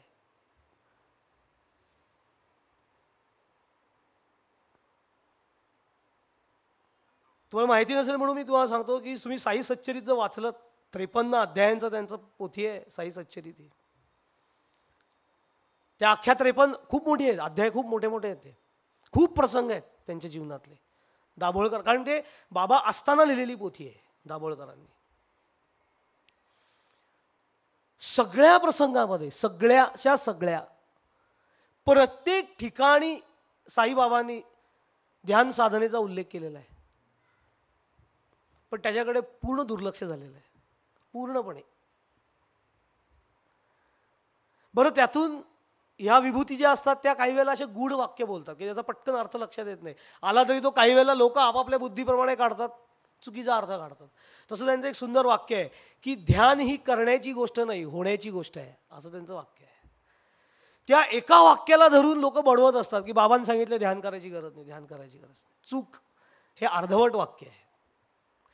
कारण आपल्याला जेवढं हवं असतं सोयीस्कर तेवढं माणूस काढतो आणि सांगत बसतो. बरोबर आहे, ध्यान लागणं ही गोष्ट आपसुकच घडते. आत्ताच गजानननी उदाहरण दिलं ना स्वामी स्वरूपानंदांच्या जीवनातलं, की विरजण लावलेलं आहे. गणेशनाथ महाराज असं म्हणाले की विरजण लावलेलं आहे, दही लागायचं ते लागणारच आहे, पण विरजण लागल्यानंतर दूध सुद्धा राहत नाही, ते दही पूर्ण राहत नाही, ते विरजण झालेलं असतं, म्हणजे प्रक्रिया सुरू झालेली असते. तसं ध्यान पूर्णावस्था कधी प्राप्त होईल, ती अनुभूती कधी येईल, त्याची वाट बघत बसणं म्हणजे साधना नाही आहे. ते व्हायचं तेव्हा होणारच आहे, पण तिथपर्यंत जाण्यासाठी जी प्रत्यक्ष प्रक्रिया करावी लागते ती मला करावीच लागेल आणि समजून करावी लागेल. ती प्रक्रियाच आपल्यापर्यंत आणून दिलेली आहे, जी इतकी इझिली दिली जात नाही. ते आपल्याला फार सहज मिळाले, मी तुम्हाला सांगतो. त्यामुळे आपल्याला काही वेळेला असं काय होतं की ध्यानाला बसायचं आहे, स्वामींनी सांगितलं ध्यानाला बसा, डोळे मिटून. अरे नुसतं इतकं नाही आहे ती गोष्ट. अल्टिमेट पॉवरशी आपला कनेक्ट होणार आहे हे आपण लक्षातच घेत नाही काही वेळेला, आपल्याच आतमध्ये. आणि ते काय नुसतं असं बसलं, आसन घालून बसलं, छान वाटतं, लोकांनाही बरं वाटतं जरा डोळे मिटून बसलं की, म्हणून तेवढ्यासाठी ध्यान नाही आहे. ते बरं वाटण्यासाठी की ध्यानाला नॉर्मली जरी आपण 10 मिनिटं डोळे मिटून नुसतं स्वस्थ बसलं तरी आपल्याला बरं वाटू शकतं नॉर्मली. इथे तर आपल्याला विशिष्ट प्रक्रिया सांगितलेली आहे, पण ती प्रक्रिया आपण समजून नीट एक गोष्ट लक्षात ठेवली पाहिजे की आपला डायरेक्ट जो कनेक्ट आहे अल्टिमेट पॉवरशी, तो संबंध अनुभवाची गोष्ट ती जागा आहे. आणि ती लेगसी आपल्याला दिलेली आहे नाथसंप्रदायाने, ती मी किती सिरियसली केली पाहिजे. हा गुरुपौर्णिमेच्या दिवशीचा आहे. विचार केला पाहिजे, मी तेवढं करतोय का, ते करत आलेलो आहे का. नाही तर आम्ही काय हृदयामध्येच राम आहे, पण आम्ही भ्रांती असल्यावर की काहीतरी विचार करत बसलेलो असतो. काय काय लोक काही विचार करतात. मी आत्ता परवाच मागच्या डोंबिवली केंद्र झालं, त्या केंद्रात आठवण सांगितली. आणि यूट्यूब हे भयंकर प्रकरण आहे. म्हणजे कसं आहे की ते माकडासारखं आहे, त्याला तुम्ही वळण लावाल तसं ते करणार. तुम्ही योग्य पद्धतीने वापर केला तर खूप चांगलं पण आहे, इन्फॉर्मेटिव्ह, पण ते चुकीची काही वेळेला काही सांगणाऱ्या गोष्टी आहेत. ते काय, आत्ता एक दुर्दैवी अपघात झाला विमानाचा अहमदाबादच्या इथे, भयानक अपघात झाला. त्याच्यानंतर ते यूट्यूबवरती काय काय यायला लागलं एकदम. एका साधकाने मला फोन करून विचारलं होतं, घाबरले होते ते, की ते काय कोणीतरी भविष्य वर्तवलं. 5 जुलै कालच झाली, सेफ, की 5 जुलैला पृथ्वी नष्ट होणार आहे असं एकाने भविष्य. आणि मला प्रश्न, आता काय होईल हो. म्हटलं मी नाही नष्ट करणार आहे पृथ्वी, मला काय असं मी काय करू शकतो त्याच्यात नष्ट. आणि समजा होणार असेल नष्ट, आता जगन नियंत्यांनी ती बनवलेली आहे, त्यांनी जर ठरवलं तर तो त्याचाच मालकी हक्क आहे, तर तो काय करायचं ते. आपण काय करणार आहोत. नाही मग आपण काय केलं पाहिजे. म्हटलं काय नाही, बॅग पॅक करा. आता काय काय त्यांनी ठरवलं घेऊन जायचं, सगळ्यांना घेऊनच जाईल, तू तर काय करणार त्याला. मला ते पटकन असं त्यावेळेला ह्या विषयावरती थोडं चिंतन चालू, एकदम लक्षात आलं की अरे खरंच काय आपल्याकडे काय लेगसी दिलेली असते, आपल्याकडे काय असू शकतं. लोक काय काय विचार करत बसलेले असतात. अरे तुला काय करायचंय. त्याला मी सांगितलं, काका तुम्ही तुम्हाला पहिले सांगितलं कोणी हे ज्योतिष भविष्य, हा कोण ज्योतिषी आहे की त्याला डायरेक्ट एकदम वर्ण कॉल आलाय 5 तारखेला सगळं नष्टच होणार आहे. म्हणजे आता बापरे, एवढं इंटरेस्टेड कोणाचं आहे. तर त्यांनी काहीतरी सांगितलं. म्हटलं अहो हे असलं काही बघत जाऊ नका. मी त्यांना सांगितलं, त्यांना मी स्वरूपयोगचा एक आपल्या स्वामींचा एक व्हिडिओ पाठवला. म्हटलं तुम्ही हे व्हिडिओ लाईनीत ऐका, हे असलं काही ऐकू नका. याचं कारण की आपण आपण असं काही ऐकतो अशात भाग नाही आहे. मला सांगायचा मुद्दा त्यातला असा आहे की काहीतरी आपण आयुष्यभर काहीतरीच करत बसतो. साधना करत असतो, मी असं म्हणत नाही आहे साधना करत नाहीत, पण साधना करून सुद्धा मला ती अनुभूती काय येत नाही. वर्षानुवर्ष अनुग्रह घेऊन इतकी वर्ष साधना करून सुद्धा आमचे चेहरे तसेच कसे असतात. चेहरे बदलण्याचं साधन म्हणजे ध्यान नाही आहे, लक्षात ठेवा. पण मी ध्यान साधना चांगली करत असेल ती काही वेळा चेहऱ्यावर दिसते, आंबट चेहरे वगैरे, असं टेन्शनमध्ये. खूप लोकांना काय काय एक टेन्शन्स असतात. चिंता करीतो विश्वासी, ज्यांनी म्हटलं त्यांच्याही चेहऱ्यावर कधी टेन्शन दिसलं नाही एवढं. शांतपणे साधना करत राहणं, आनंदी जीवन जगण्याची एक कला आपल्याला सद्गुरूंनी दिलेली आहे. आणि ती खूप मोठा वारसा त्यांनी आपल्याला ह्या गुरुपरंपरेतनं प्राप्त करून ॲटीज आपल्यापर्यंत दिलेला आहे. तुम्ही जर का इतर ह्या सगळ्या संतांची चरित्र वाचलीत आधीची, जर कधी वाचायला मिळाली तर आपल्या तुमच्या का संत चरित्र वाचावी त्याचे अनेक अँगल्स आहेत.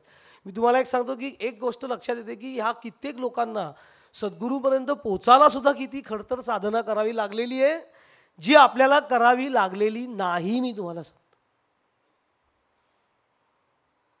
कित्येक वेळेला स्वामी पर्यंत अनुग्रह घेण्यासाठी सुद्धा जावं लागलेलं नाहीये. कित्येक वेळेला स्वामी जिथे गेलेत तिथे अनुग्रह झालेला आहे. त्यावेळेला असं लक्षात येतं की ही केवढी तरी मोठी परंपरा, केवढी लेगसी स्वामी घेऊन जात आहेत की तिथे जाऊन ते अनुग्रहित करताय. असं फार रेअर असतं.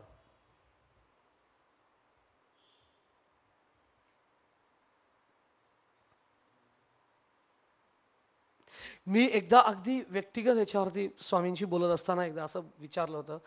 खूप अनुग्रह, कल्याणला एकदा अनुग्रह खूप झाले होते, म्हणजे संख्येने, खूप इन द सेन्स संख्या जास्त होती अनुग्रहाची. आणि हे ठराविक संख्या झाल्यानंतर स्वामींनी फक्त सांगितलं की आता एवढीच नावं बास, असं ते म्हणाले. ह्याच्यानंतरची नावं आली तर पुढच्या यायला बघू आपण, पण आता एवढी बास. साधारण 30 नावं होती द्यायला. खूप म्हणजे बरोबर आहे, 30 लोकांचे अनुग्रही खूप वेळ स्वामींचा त्याच्यामध्ये. कारण पहिले सगळ्यांशी बोलणं, प्रक्रिया सांगणं, आणि त्याच्यानंतर प्रत्येकाला डोक्यावरती हात ठेवून ती मार्ग सांगणं, समजावून सांगणं, गुरुमंत्र देणं, 30 अनुग्रह झाले. आणि ते झाल्यानंतर मग स्वामी थोडे दुपारी स्वामींनी अशी विश्रांती घेतली ती.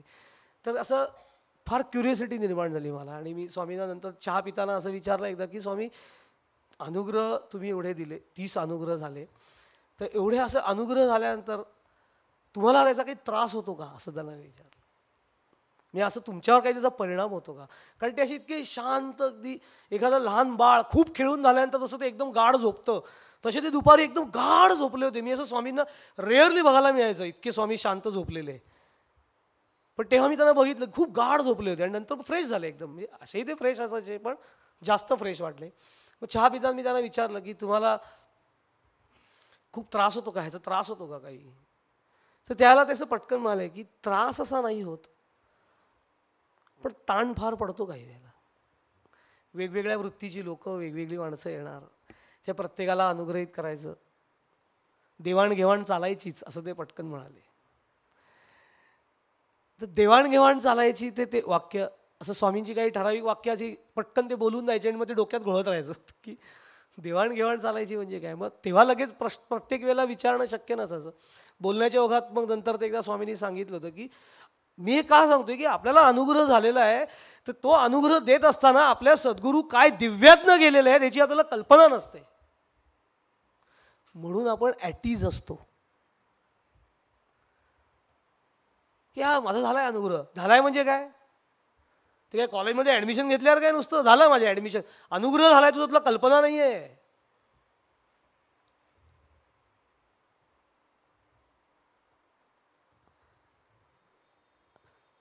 त्यांच्याकडे आलेली जी योग परंपरेने जी काही विशेष शक्ती असते, मला स्वामींनी त्या दिवशी पहिल्यांदा स्पष्ट सांगितलं, त्याच्यातला 1 हिस्सा ते योग सामर्थ्याने शिष्याला प्रदान करत असतात.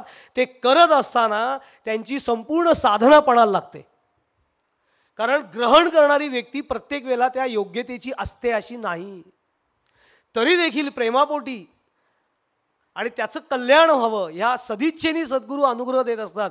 त्यामुळे कित्येक वेळेला असं होतं की आम्ही अनुग्रह घेतो, पण अनुग्रह घेतल्यानंतर सुद्धा लगेच आपल्यात असा लगेच बदल होणार असं आपल्याला वाटतं. की आता साक्षात परात्पर सद्गुरू, जिथे स्वामी स्वरूपानंदांना हा प्रश्न पडला होता की अनुग्रह झाल्या झाल्या एकदम काही परिवर्तन होईल त्याच्यावरती, पण मला काही जाणवलं नाही, असं ते स्पष्ट म्हणाले गणेशनाथ महाराजांना. परात्पर स्वरूपानंदांसारखी व्यक्ती असं म्हणते, आपल्याला ते जाणवलं नाही तर ह्याच्यात काही फार मोठी गोष्ट नाही आहे, आपण त्याच्या ढळत असतो त्या बाबतीमध्ये. कारण एवढी साधनाच घडलेली नाही आहे, ती पहिल्यांदा घडणार असते. पण मला हे कळलं पाहिजे की मला ज्या गुरुपरंपरेमध्ये मी अनुग्रहित झालेलो आहे, ज्या सद्गुरूंनी मला अनुग्रह दिलेला आहे, तो अनुग्रह दिला म्हणजे असं नुसतं डोक्यावर हात ठेवलं आता शिक्का बसला मी यांचा अनुग्रहित, इतकं ते इझी नाही आहे. आपली काहीतरी जबाबदारी आहे. त्यांनी खूप प्रयत्नांनी ते मिळवलेलं असतं आणि ते त्यांनी आपल्याला दिलेलं असतं. आपला आता तो वारसा हक्क म्हणून मी जपला पाहिजे की मला ते मिळालं पाहिजे. ज्याच्यासाठी मला अनुग्रहित केलेला आहे ती गोष्ट मिळेल की न मिळेल हा सद्गुरूंचा भाग आहे, पण मिळवण्यासाठी प्रामाणिक प्रयत्न मात्र मी केले पाहिजेत आणि ते प्रेमाने आणि श्रद्धेने केले पाहिजेत. हे मी दर गुरुपौर्णिमेला येऊन नुसतं ठरवायचं नसतं, करायचं नसतं. गुरुपौर्णिमेच्या दिवशी तो आपला एक भर असतो, भाव एकदम असं की आहे तो भावनिक प्रांतच आहे, प्रश्नच नाही. खूप गोष्टी आहेत, मी सगळ्या गोष्टी सांगू नाही शकणार कारण की ते खरं खूप भावनिक आहेत आणि त्या बोलताच येणार नाहीत मला आत्ता इथे. आजच्या दिवशी तर नाहीच नाही, पण एक भाग महत्त्वाचा मला आजच्या दिवशी म्हणून सांगायचं आहे. फार काही विशेष बोलायचं याच्यातला नाही, पण एक मनातले भाव होते, हे खूप सांगावेसे वाटले. अनेक ठिकाणी आता जातो, त्यामुळे अनेक लोकांच्या जेव्हा साधनेतल्या विशेष अडचणी लक्षात येतात तेव्हा कळतं की कुठे चुकतंय किंवा कुठे अडतंय. स्वतःवरूनच कळत जातं. आपणही ते करत असतो, चुकतच असतो. त्यामुळे आपल्याला एक मोठी लेगसी दिलेली आहे. ज्ञानेश्वर महाराजांनी सांगून टाकलेली आहे सोप्या भाषेमध्ये की तुझ्या हृदयामध्ये, स्वामी आपलं म्हणायचे बिंग सेल्फ तुम्ही एवढं पकडून ठेवा. मी तुम्हाला सांगतो, हे स्वामींचे शब्द आहेत. बिंग सेल्फ तुम्ही हे पक्क पकडून ठेवा. मी तुम्हाला सांगतो ह्याच जन्मात तुम्हाला ती अवस्था प्राप्त होईल, असं स्वामी म्हणायचे. एवढं छाती ठोकपणे कोणी सांगितलेलं मी आजतागायत ऐकलेलं नाही आहे. ते केवळ आपल्या स्वामींनी सांगितलं. इतर संतांनी सांगितलं, ज्ञानेश्वर महाराजांनी त्यांच्या भाषेत सांगितलं, पण प्रॅक्टिकली आपल्या समोर येऊन आपल्या सद्गुरूंनी ते सांगितलं. ते इझी करून दिलं. घरामध्ये बसूनच म्हणजे तुकाराम महाराज म्हणाले ठाईचं वैसोनी करा एकचित्त, पण त्या ठाईच्या शब्दाचे इतके अँगल्स स्वामींनी उलगडून दाखवले आणि ते इतके सोपे करून आणले की खरोखर घरामध्ये आहे त्या ठिकाणी बसून साधना करता येते. सगळं तर मला दिलं परमेश्वराने, सगळं उपलब्धी करून दिली, साधना उपलब्ध करून दिली.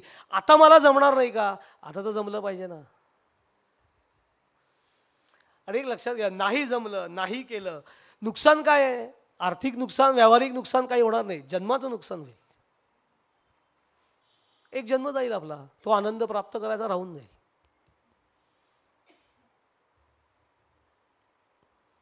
ते जसं आता गजाने सांगितलं, ते इतकं मार्मिक पोपटाचं उदाहरण, त्याचं नाही, मी कथा वाचली होती की एक शिष्य होता, खूप श्रीमंत होता एका गुरूंचा, आणि खूप गडगंज श्रीमंत, आणि त्यांनी तो पोपट पाळला होता, सोन्याच्या पिंजऱ्यात ठेवला होता त्याला, त्या पिंजऱ्याला. तर त्याचे गुरु एक दिवस त्याच्या घरी आले आणि ते बघितलं त्यांनी कुतूहलाने, तो पोपट पिंजऱ्यामध्ये होता, सोन्याचा पिंजरा, श्रीमंत होता. तर तो पोपट आतमधनं स्वातंत्र्य स्वातंत्र्य स्वातंत्र्य स्वातंत्र्य असं ओरडायचा. तर ते गुरुजी म्हणाले, अरे तो एवढं ओरडतोय स्वातंत्र्य स्वातंत्र्य, त्याला सोडून दे ना म्हणे. तर तो काहीच बोलला नाही. तो मला की तुम्ही आलायत तर तुमच्यात पवित्र हाताने त्याला सोडा. तर ते उघडतात पिंजरा त्याचा, तो बाहेर येतो पिंजऱ्यातनं, जातो उडून. तर त्याला वाटतं बघ तो किती आनंदाने उडून गेला की नाही. तो शिष्य काहीच बोलत नाही, शांत बसतो.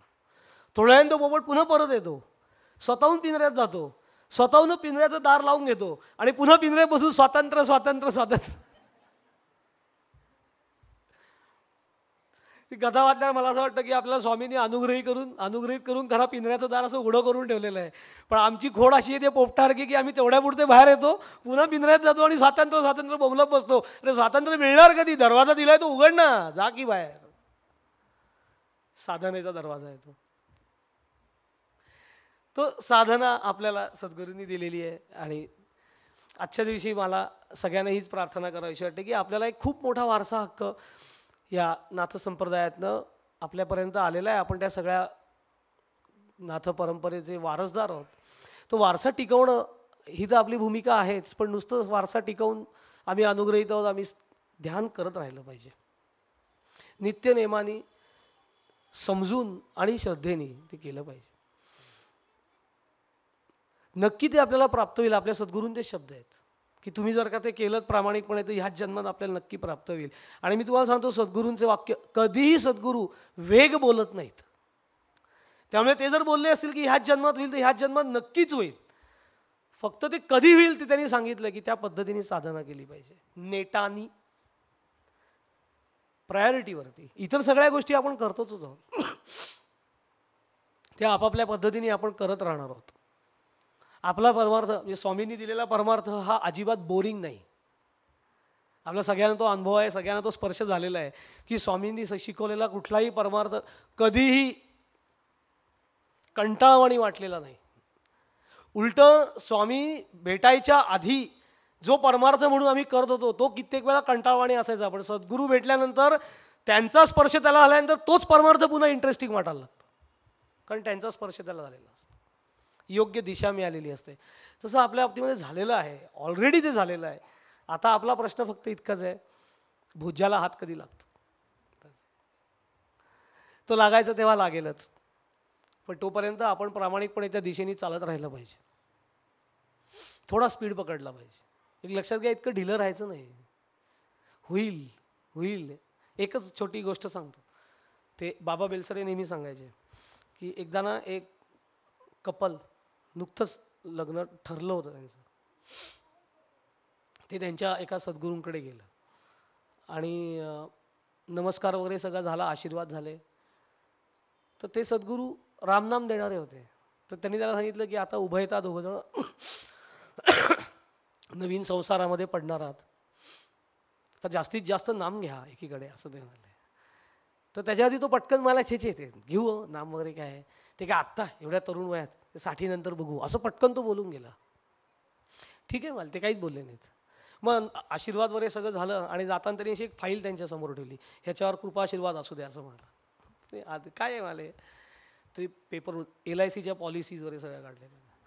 ते मला हे काय मला दाखवते, थोडे नाही आता लग्न ठरलं आहे, माणसाचा काय भरोसा, त्यामुळे आत्ता सगळी सोय करून ठेवलेली आहे, LICच्या पॉलिसी वगैरे काढलेल्या आहेत. ते सद्गुरू फक्त हसले. बाबा बेलसरे सांगायचे की आपलं असं झालेलं असतं, LICची पॉलिसी काढताना आपल्याला माहिती असतं आयुष्य एक क्षणभंगूर आहे, पण रामनाम घेताना मात्र हे कळत नाही, ते 60 नंतर घेऊ, तुला काय गॅरंटी आहे. म्हणजे ह्याचा अर्थ लगेच आमची उद्या कॉल बिल वाजणार आहे असं काही नाही आहे. काळजी अशी काही काळजी करून सांगायचं आहे तुम्ही की आपण मुळात हा लिमिटेड पिरियड ऑफर आहे, म्हणजे काही झालं तरी ती लिमिटेड ऑफर आहे. त्यामुळे आपल्याला तो स्पॅन माहिती नाही आहे आणि आपल्याला स्वामींनी त्या स्पॅनचा विचार करायला सांगितलेला नाही आहे. जो तुला दिलेला आहे स्पॅन, त्या स्पॅनमध्ये जास्तीत जास्त चांगलं आणि आनंदी काय करता येईल साधना कर, तू आपसूक आनंदी होशील. कारण आनंद आतच आहे. आत्ताच ज्ञानेश्वर महाराजांनी सांगितलं, तैसा हृदयामध्ये मी रामू, तुझ्या आतमध्येच आहे, आतमध्येच आनंद आहे, त्यामुळे बाहेर कुठे मिळवायला जायचं नाही आहे. थोडा वेळ स्वतःसाठी काढ, प्रामाणिकपणे काढ. तसा वेळ आपण आपल्यासाठी प्रामाणिकपणे काढूया, काढत आहोत, पण अजून नेटाने काढूया. असं आजच्या गुरुपौर्णिमेच्या दिवशी आपण आपल्या स्वामींना तसं शब्द देऊया. असा शब्द मी माझ्या वतीने देतो, तुमच्या वतीने स्वामींना देतो आणि माझं झालेलं सगळं बोलणं स्वामींच्या चरणी अर्पण करतो. हरि ओम तत्सत.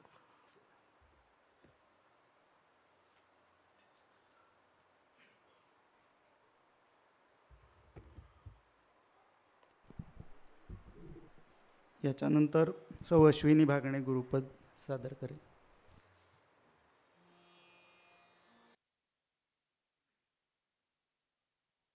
आणि त्याच्यानंतरच लगेच स्वामीजींची छोटी ऑडिओ क्लिप आपण गुरुपौर्णिमेचं आशीर्वचन म्हणून ऐकणार आहोत.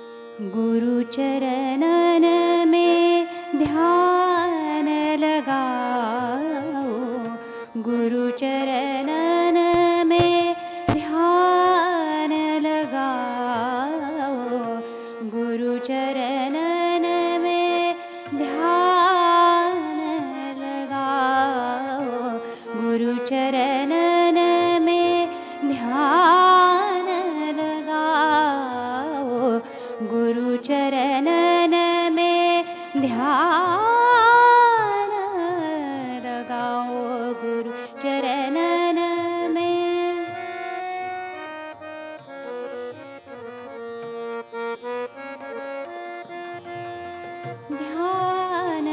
लगाओ ऐसी सुमति दे मेरे दाता ऐसी सुमति दे मेरे दाता ऐसी सुमति दे मेरे दाता गुरु चरणन में ध्यान लगाओ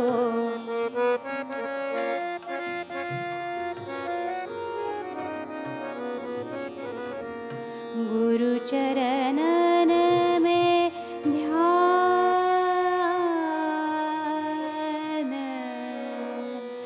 लगाओ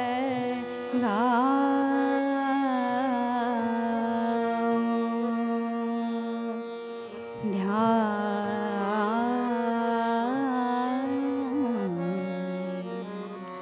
लगाओ ध्यान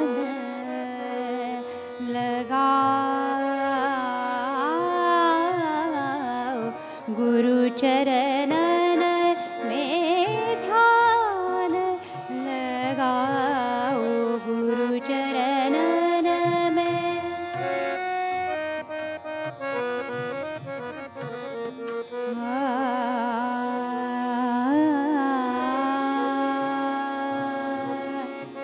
ध्यान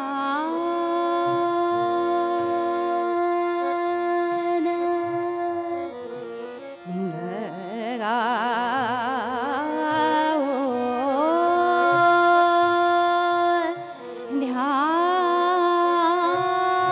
ध्यान लगाओ गुरु चरणन में ध्यान लगाओ ऐसी सुमति दे मेरे दाता गुरु चरणन में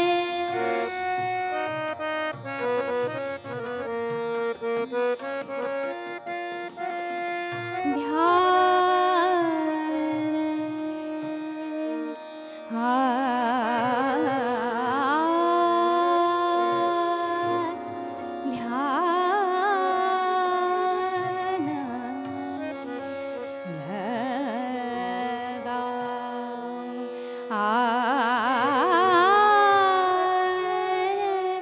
ध्यान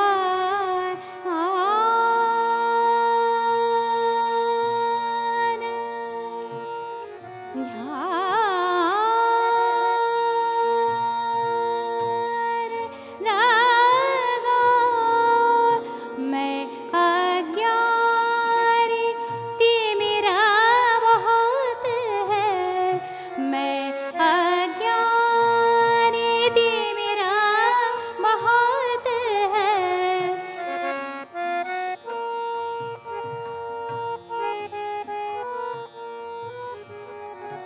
मैं अज्ञानी तिमिरा बहुत है मैं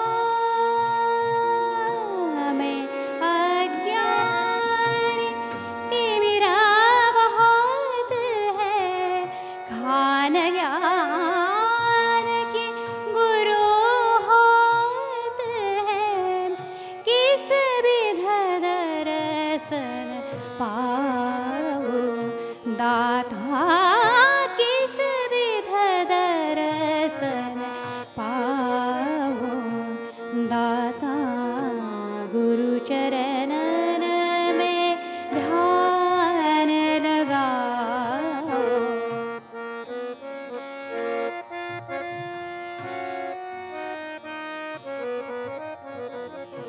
गुरु चरणन में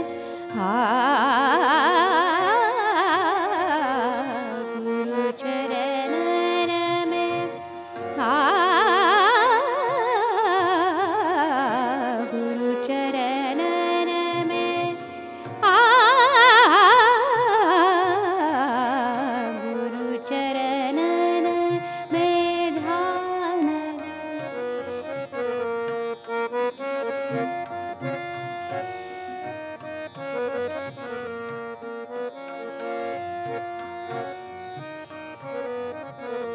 गुरु चरणन में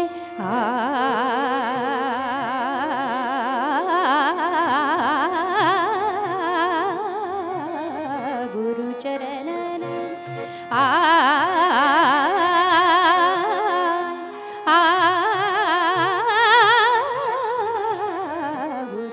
में ध्यान।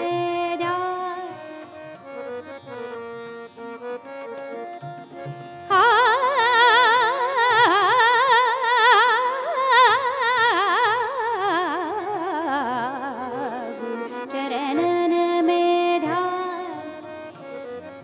ध्यान